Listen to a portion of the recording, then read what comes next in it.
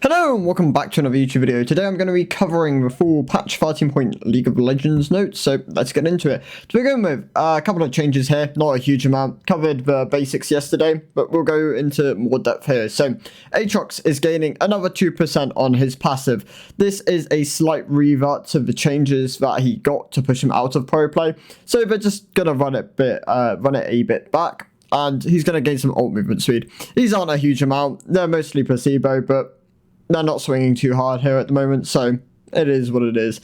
Volibear is gaining 1% damage health ratio on his W, and his W heal ratio is going from 7 to 13 to 8 to 16%. This is a decent Volibear buff. This helps him in the top lane where you're W maxing most of the time.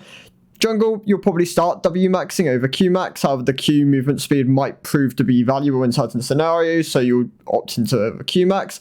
But they're not bad Volibear changes, so it's mainly going to help him in tankier scenarios where he's got large amounts of health. So Titanic and his tankier build's going to benefit from that a lot. Amumu is having his W changed from 12 to 28 scaling base damage to a flat 20, and the W percentage HP damage is going from 1 to 1.6 to 1 to 2%. This is a big buff towards early game Amumu on the W, where you're not putting any points into it, where you're going E into Q max or E into W max. This is just a nice flat buff. This is going to help his early clear speed, and then the 1 to 2% HP damage is going to help him sustain as a burn tank. Not a bad change for Amumu. It's definitely a buff. It helps his clear speed early game, which is a crucial part towards Amumu. But overall, kind of power neutral later on into the game, where you're going to be losing 8 flat on the W when you start getting points into it.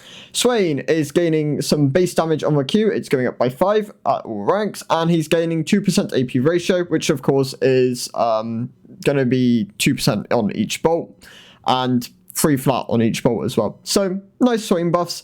They aren't really going to change a huge amount of breakpoints within the mid lane. It's quite nice for support Swain. Does help his tanky builds though. Flat damage is going to benefit tanky builds, as it's one of his, as it's his spam ability. Having flat damage increased on this will help the Jaxo build probably more than the Liandry's build, but I imagine Liandry's is still going to be the way to go in the mid lane. This might incentivize Roa as well. We'll have to see, but Swain, quite a nice buff for mid lane, quite a nice buff for support. Trundle is having his base attack speed go up from 0.6 to 0.67, and the base mana is going to go from 281 to 340. These are quite nice for top lane Trundle. They are also quite nice for jungle. The base attack speed is obviously valuable for his clear speed. The base mana going to benefit him in the solo lane. This is definitely more of a solo lane buff here. He usually runs Presence of Mind to make up for his bad mana problems, but with 60 more base mana, we might not see him needing to run Presence of Mind. He might start running Triumph, but Presence of Mind will still benefit him, so we'll have to see. These are relatively small Trundle buffs, but as Trundle's a statistic champion, a small amount of attack speed can be really valuable on him. Sion is having his passive changed, so he is going to lose more health decay. I'm not going to cover the numbers, but overall it is a larger amount as he scales into the game. This is mainly to to pull back some durability out of it after the durability update.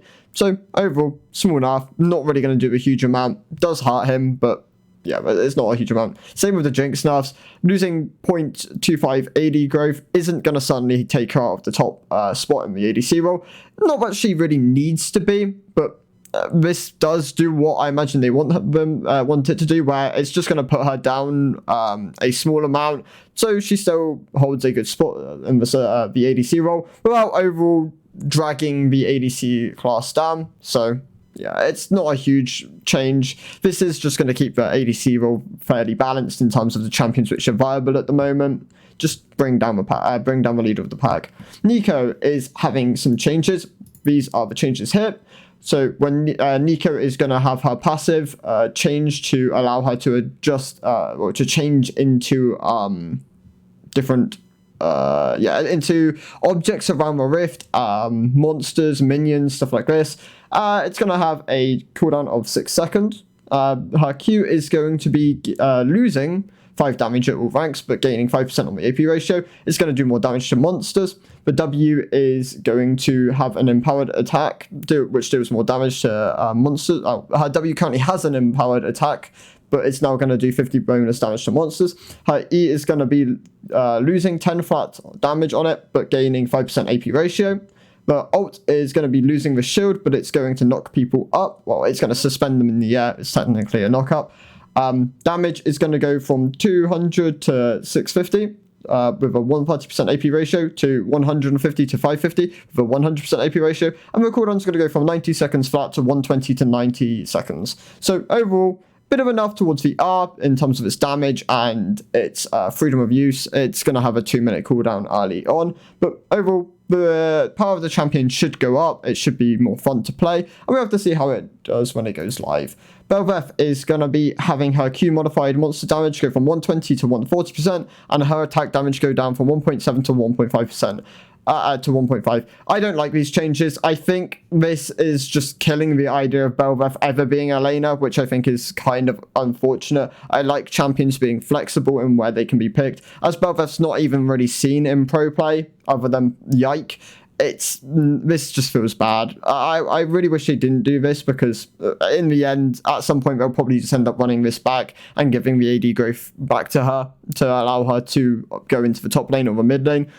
Overall, just not a fan of these changes. These will be a big buff to Belveth, who is already one of the strongest junglers in the game. So I really do not understand these changes. I think they're really bad. Talia getting a nice QOL. Her RCD lockout is now rather going to be on taking and dealing damage to only on taking damage. So you can now deal damage and then ult out. The Kayle changes are here. So Kayle is going to be losing 5% of the AP ratio on the E. The passive wave damage is going to scale from level 11 to 18, which makes more sense rather than E rank, because realistically the passive wave damage isn't going to start coming to effect until you hit level 11. The R cast time is going to be 0.5 instead of 1.5. The AoE delay is going to go from 1.5 to 2.5. The invuln duration is going to go from 2 to 3 to 2.5. The AoE is going to go up from 525 to 675, scaling to 775. The damage is going to go from 200 to 500 base to 200 to 400. The AP ratio is going to go from 80 to 70%. And the base AD, of the bonus AD ratio, bonus or base, I don't know, is going to go from 100% to 100%, so it's staying the same. And her R is no longer going to lower her range when she casts it on herself. So that's all quite nice.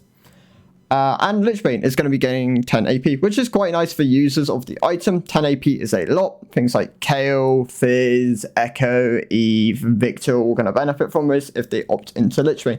Overall, I'd say this is a very disappointing patch. There's not a huge amount going on here past the Kayle and Neeko changes. The Belveth one, I think, is just a complete miss. Tilly is obviously just QOL. Sion and Jinx nerfs don't really do that much. The Volibear and Aatrox buffs, as nice as they are kind of placebo. The Mumu one's nice, but kind of placebo. Not going to do a huge amount to shake up the meta. Trundle, really not going to do that much, and Swain isn't going to change a huge amount. It's just going to help him and support the mid lane. So overall, yeah, it's a very bad patch. It's not going to change anything within the game. If the Neeko and the Kayle changes is what we are going to hope for big adjustments and maybe meta shakeups, but I really don't think they're going to do enough to shake up the meta. So yeah, thank you guys for watching, and I'll see you in the next one. Goodbye.